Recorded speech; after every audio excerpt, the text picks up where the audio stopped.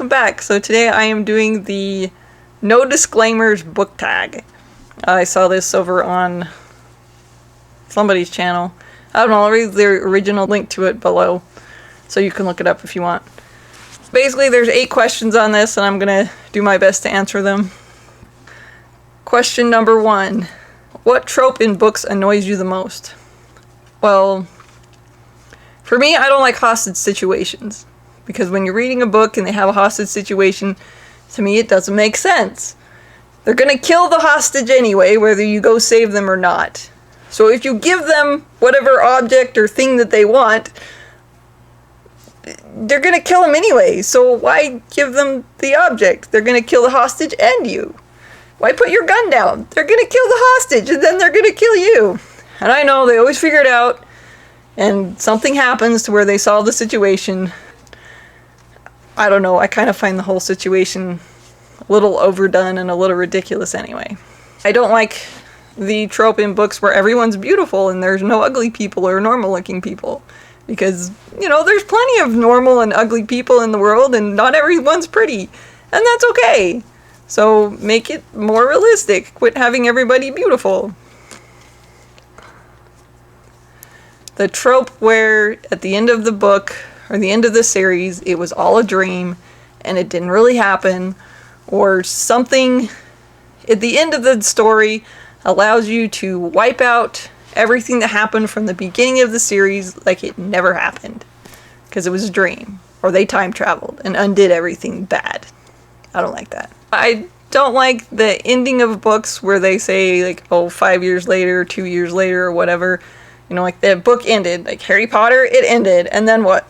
They have all their kids. Who cares? Just end it with them on the bridge. And take that whole part out. That and the Hunger Games. Just leave the end away. We don't care. We just want the end of the story. Or I don't care. Maybe you do. I don't like the trope where there's like one overpowered character. I mean, there are exceptions to that, but generally I would prefer like a group of people that are working together and they have different abilities between them. I think it's a little bit more balanced. There are exceptions to that. Obviously, I do like One Punch Man, but sometimes that just gets old, and sometimes in fantasy that happens a lot. So, but I still like a lot of fantasy. All right, so that's question number 1. Question number 2: which writer or writers do you feel are overhyped or overrated? Stephanie Meyer.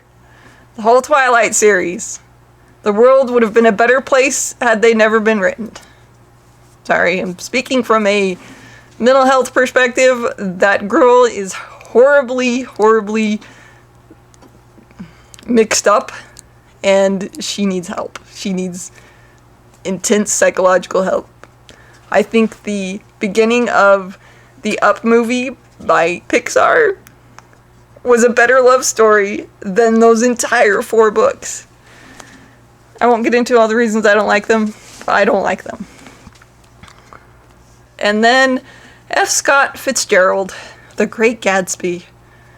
That was probably one of the most boring books I ever read. I know it's a classic, but I don't understand why. I just did not connect with anything in that book. The fact that people read it and they try to figure out what the author was thinking when he put different things in there, I'm like, I don't care. Just forget it, okay? Not as bad as Twilight, but I do not like I do not like The Great Gatsby. Enough that I would never read anything else that he wrote. Alright, number 3, what are your least favorite books since joining BookTube? And I would just say The Princess Bride by William Goldman and The Legend of the Kestrel by Peter Walsh. But then I've only been on here for like 2 months, so I have a lot more books that I don't like than that. Number 4, what is a terrible ending that ruined an otherwise quality book? I would say The Legend of the Kestrel. I already mentioned that one. But the book was actually decent, and then the end it fell flat. Nothing cool happened. It just was like, oh, they did all this build up, and then it was like, pooh, it's done. Sorry. I would have continued the series if it had not ended like that. It should have had at least something. Another one is the Reckoner series by Brandon Sanderson. Now, I know people don't like this series as much as his other ones. It's not my favorite of his either, but I did not like the ending. It just kind of, again, there was just kind of like he built up all this climax and then it was just like, oh, I'm gonna throw a tantrum and disappear. It didn't ruin the series for me, but I just thought that the ending could have been a little bit better. Another one is The Stand by Stephen King.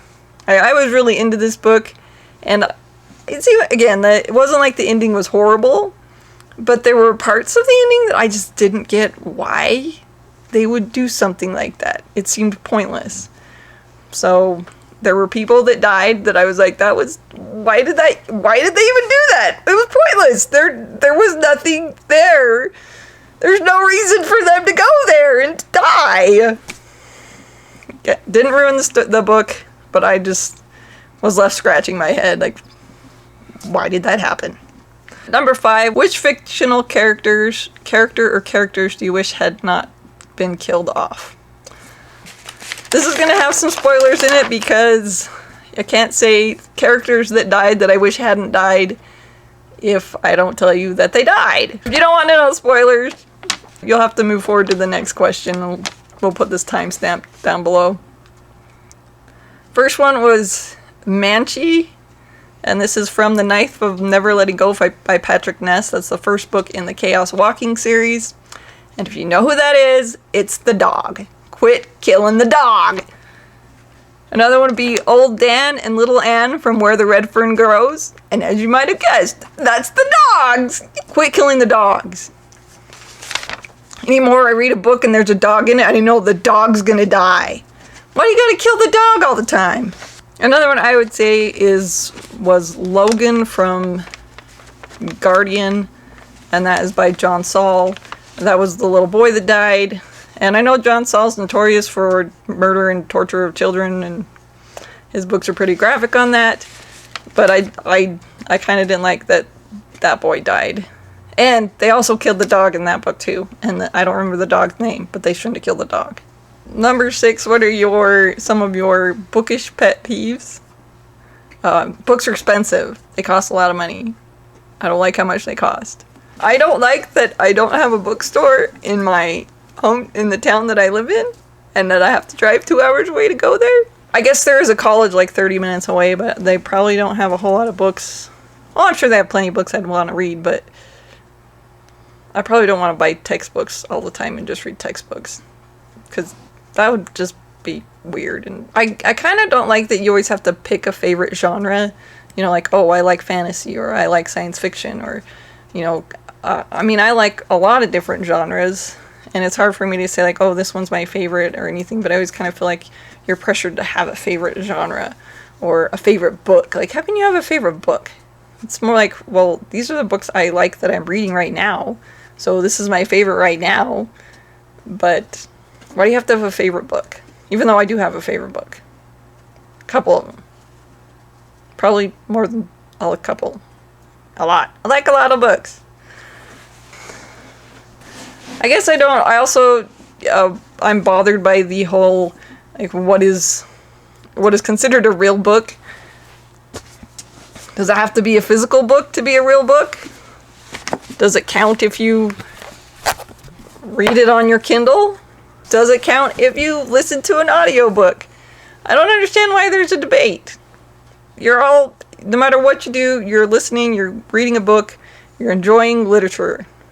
So, it's all books. They're all books. Number 7, what are some books you feel like could have more recognition? A book that I read that I haven't heard a lot about was called The Murmur of Bees by Sofia Segovia. And this was a book that I found on Amazon on my Kindle.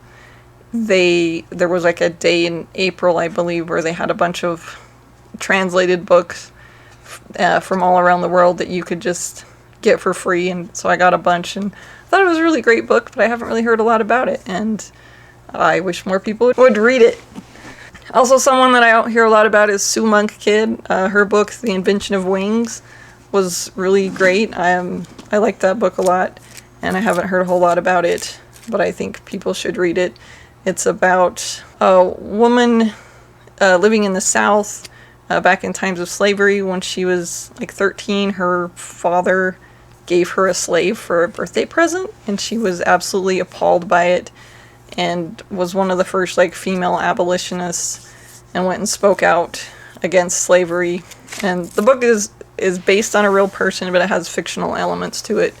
In the book, this slave that was given to her, she spends her whole life trying to free her. But it was really great. I enjoyed it. I'll never look at treadmills the same way again. Another one I haven't heard a whole lot about is Walk Two Moons by Sharon Creech.